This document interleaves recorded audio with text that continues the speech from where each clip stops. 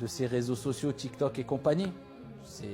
On le sait toutes et tous, malheureusement, énormément de mal, beaucoup plus de mal que du bien, bien qu'il peut avoir du bien, bien sûr aussi.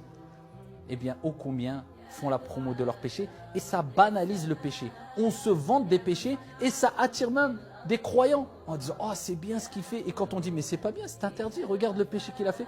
Ben non, pour moi c'est normal. Il a fait quoi de mal? Pourquoi? Parce que le péché est devenu normal, banalisé. Shaitan a réussi. Alors vous savez que Anas ibn Malik radiyallahu anhu warda, c'était un compagnon. Imaginez, là on parle de plus de 1000 ans derrière nous. Il parlait devant des gens qui étaient beaucoup plus pieux que nous et bons.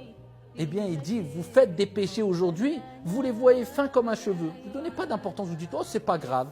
Alors que nous, à l'époque du prophète, on les voyait et on les considérait comme les destructrices, les grands péchés. Ça, il a dit ça à des gens qui vivaient à une époque proche de l'époque du prophète, sallallahu alayhi wa sallam, où ils étaient beaucoup dans l'adoration, dans l'ibadat, dans la piété, dans la sunna.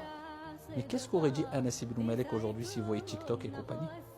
Si vous voyez maintenant des musulmans au nom de l'islam faire des péchés, il dit ouais c'est pas grave, tu peux le faire.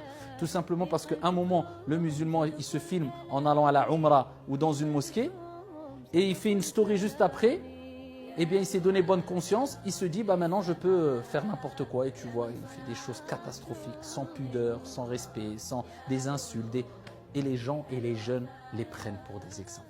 On en est là.